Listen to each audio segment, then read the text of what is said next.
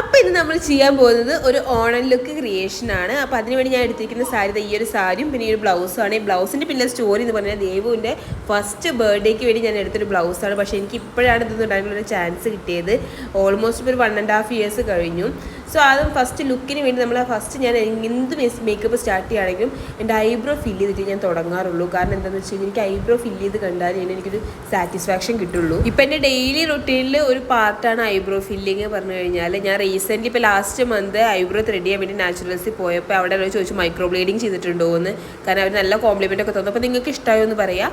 അത് കഴിഞ്ഞ് നെക്സ്റ്റ് ചെയ്യുന്നത് ഞാൻ എന്താണെന്ന് വെച്ച് കഴിഞ്ഞാൽ എനിക്ക് ഇൻസൈറ്റിൻ്റെ ഒരു കളർ കറക്റ്റിംഗ് പാലറ്റ് ഉണ്ടായിരുന്നു. ഓറഞ്ച് എടുത്തിട്ട് കണ്ണിൻ്റെ താഴെ അണ്ടർ ഐസ് ഒക്കെ ഒന്ന് കവർ ചെയ്ത് കൊടുക്കുന്നുണ്ട്. അപ്പോൾ തന്നെ നോസിൻ്റെ 2 സൈഡ് നമുക്ക് എല്ലാവർക്കും ഉണ്ടാകും. ലിപ്സിൻ്റെ താഴെയും 2 സൈഡിലൊക്കെ ചെറിയൊരു പിഗ്മെൻറ്റേഷൻ. അപ്പോൾ അതൊക്കെ ഒന്ന് ഓറഞ്ച് എടുത്തിട്ട് കവർ ചെയ്ത് കൊടുക്കുന്നുണ്ട്.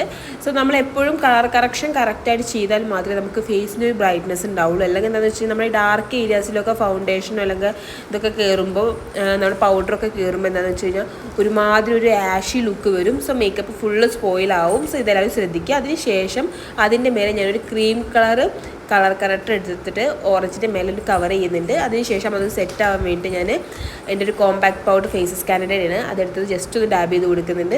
സോ അതിനുശേഷം ഞാനിതൊരു കുറച്ച് സോഫ്റ്റ് ലുക്കായി കാരണം ഒരു ലൈറ്റ് പിങ്ക് എടുത്തിട്ട് കണ്ണിൻ്റെ മേലെ ഐ ഷാഡോ കവർ ചെയ്ത് കൊടുക്കുകയാണ് ചെയ്യുന്നത്. സോ എനിക്ക് എന്തായാലും ഇങ്ങനെയുള്ളൊക്കെ ലുക്ക് ആകുമ്പോൾ ഒരു കുറച്ച് നാച്ചുറൽ ബ്യൂട്ടി ആ ഒരു ഇതെനിക്ക് ഭയങ്കര ഇഷ്ടമാണ്. കാരണം ഞാൻ ഈ ലൈറ്റ് പിങ്ക് എടുത്ത് കൊടുക്കുന്നത് അത് ഭയങ്കര ലൈറ്റായിട്ട് ഞാൻ അപ്ലൈ ചെയ്യുന്നുള്ളൂ. പിന്നെ ചെറിയൊരു ഗ്ലിറ്ററിങ് ഒരു ഓറഞ്ച് ഗ്ലിറ്ററിങ് അതിൻ്റെ മേലെ ലൈറ്റായിട്ടൊന്ന് അപ്ലൈ ചെയ്ത് കൊടുക്കുന്നുണ്ട്. നമ്മളതുപോലെ തന്നെ ഈ ഐ ഷാഡോ ബ്രഷായിട്ട് ബ്ലെൻഡ് ചെയ്യുമ്പോൾ നല്ലൊരു പെർഫെക്ഷനാണ് കേട്ടോ. പിന്നെ അതുപോലെ നമ്മൾ യൂസ് ചെയ്യുന്ന ഐ ഷാഡോ ഏതായാലും അതിൻ്റെ ഒരു ലൈറ്റ് ഷെയ്ഡ് നമ്മൾ എപ്പോഴും കണ്ണിൻ്റെ താഴെ അപ്ലൈ ചെയ്ത് കൊടുക്കുന്നത് നല്ലതായിരിക്കും. അല്ലാന്നുണ്ടെങ്കിൽ കണ്ണിൻ്റെ താഴെ വല്ലാതെ ഒരു ബ്രൈറ്റ് കൺസീലറൊക്കെ യൂസ് ചെയ്ത് കഴിഞ്ഞാൽ വല്ലാതെ ബ്രൈറ്റായി നിൽക്കും. അതൊരു ആർട്ടിഫിഷ്യൽ ലുക്ക് വരും. പിന്നെ ഞാനൊരു യൂസ് ചെയ്തത് ഫിറ്റ്മിയുടെ ഒരു ഫൗണ്ടേഷനാണ്. ഷെയ്ഡ് ഏതാണെന്ന് എനിക്ക് ഓർമ്മയില്ല, ഞാൻ പറ്റുകയാണെന്ന് മെൻഷൻ ചെയ്യുക.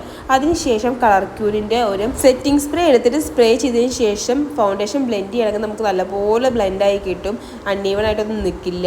ഇത് നല്ലൊരു ഹാക്കാണ്, എല്ലാവരും ട്രൈ ചെയ്ത് നോക്കുക. അപ്പോൾ ഞാൻ ഈ ഒരു ഈ ഒരു സെറ്റിംഗ് സ്പ്രേ എടുക്കാൻ കാരണം എന്താണെന്ന് വെച്ച് കഴിഞ്ഞാൽ അതിൻ്റെ ഉള്ളിലൂടെ ഈ ഒരു ഗോൾഡൻ കളർ ഗ്രാനുകൾ ഇത് സ്പ്രേ ചെയ്യുമ്പോൾ ഒരു ഗോൾഡൻ ഗ്ലോ കിട്ടുന്നുള്ള ഇതിലാണ്.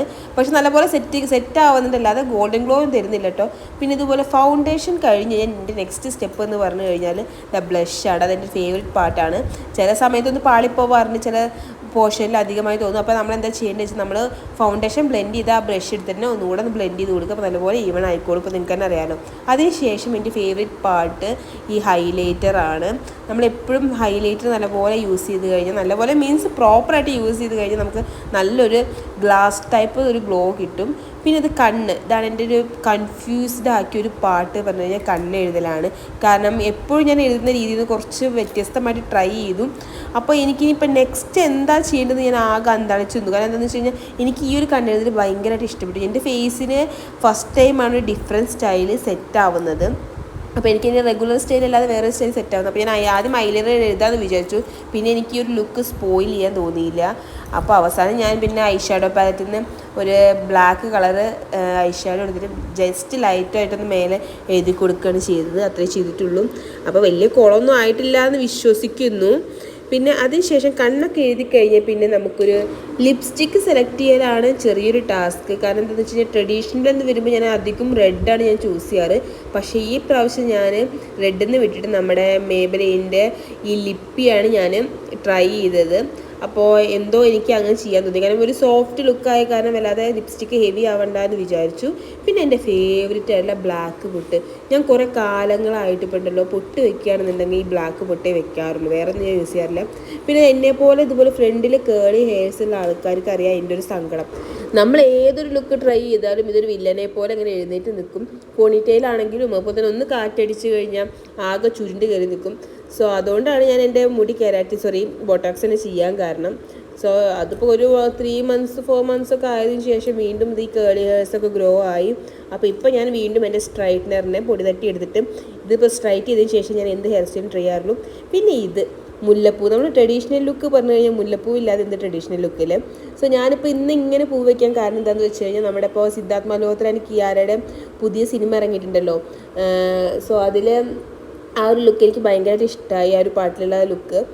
സോ അതുകൊണ്ടാണ് ഞാൻ ഈ ഒരു ലുക്ക് ട്രൈ ചെയ്ത് നോക്കാമെന്ന് വിചാരിച്ചത്. പക്ഷേ എനിക്ക് അത്രത്തോളം വർക്കൗട്ട് ആയിട്ടില്ല എന്നാണ് എനിക്ക് തോന്നുന്നത്. പക്ഷേ എന്നാൽ ബോറും ആയിട്ടില്ല എന്ന് എനിക്ക് തോന്നി. സോ നിങ്ങൾ പറയുക എങ്ങനെയുണ്ട് എന്നുള്ളത്.